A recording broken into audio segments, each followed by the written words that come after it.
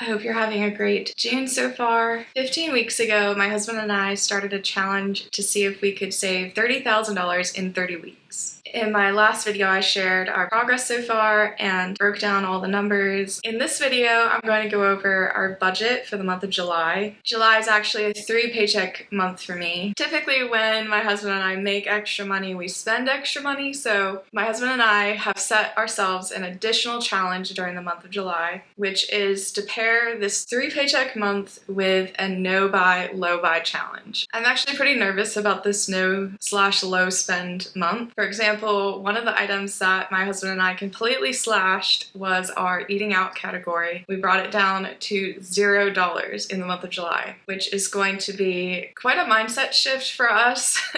We love eating out, and I don't think we've ever done this type of challenge before, so this will definitely be interesting. We actually decided to kick things up a notch and challenge ourselves to save $6,000 toward our emergency fund this month, which is an insane number. Some months I don't even bring in $6,000, but because it's a 3-paycheck month this month and a no-buy challenge, we're going to try our very best to throw every single dollar we possibly can into this emergency fund, so we can start moving on to other goals, like investing for retirement and saving for a sabbatical. So anyway, without further ado, let's jump into this July budget.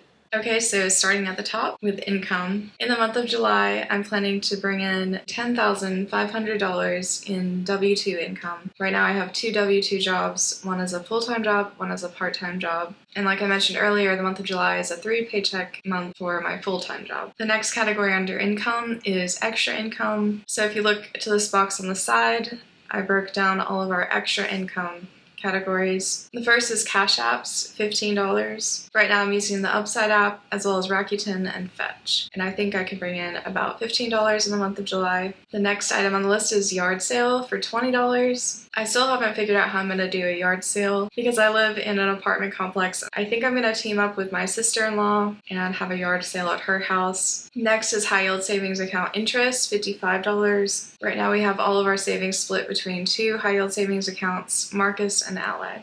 Next is credit card cash back, and I'm guesstimating we're going to bring in about $60. Next is Facebook Marketplace, and I put $350 here. I'm really going to do my best in the month of July to post as much stuff as I can online, and hopefully we'll be able to bring in some cash as well as declutter our house. So as you can see, all of these extra income categories adds up to $500. The next category under income is sinking funds, and we're planning to use $0 from our sinking funds in the month of July. All this added up together is a total of $11,000 even. I'm really planning to stretch myself to bring in as much cash as we can. However, I would say that this number is a bit on the optimistic side, and I'm really pulling out all the stops in the month of July to get as much saved toward our emergency fund as possible. Okay, so onto our expenses. Starting with rent, of course, $1,195. Next is electricity, $202.63. Next, phones, $30. Internet, $70. Car and rent insurance, $0. Life insurance, $128.93.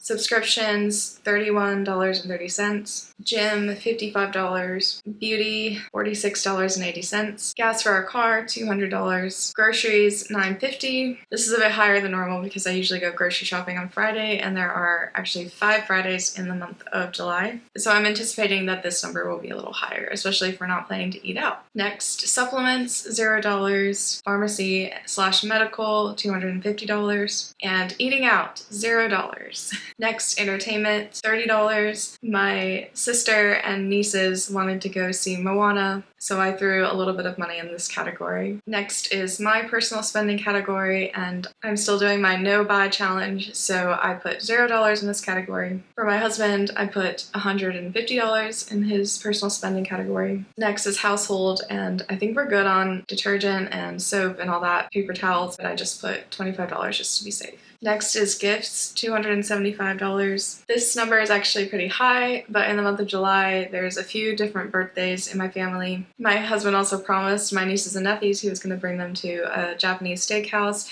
if they got good grades on their report cards, and all of them did. I know it is technically eating out, but this was scheduled in advance, so it's kind of unavoidable. Next, travel, $500. I'm getting ready to purchase some plane tickets to go to my friend's wedding in October. I may not be making making this purchase in the month of July, but I wanted to give some flexibility just in case the tickets went on sale or something. The next category, fines and fees. We seem to always have some kind of fine or fee pop up, so I went ahead and put $10 in this category just in case. Next category, car repair. I think I mentioned this in a past video, but the front tires on our vehicle are getting very, very threadbare, and I want to go ahead and on this category just in case we need to buy tires. The next two line items are our only debts right now. The first one, student loans, $230. The next one is a mattress that my husband and I put onto a 0% APR credit card, and we're almost done paying that off, but that's $63 a month. The next item is emergency fund, and we're planning to put $6,000 toward this goal in the month of July. I mentioned in my last video that we're about $1,000 short of our goal right now, so this will help make up for that as well as put us a little bit ahead for future months when the income's a little bit lower. And then the final category, donate,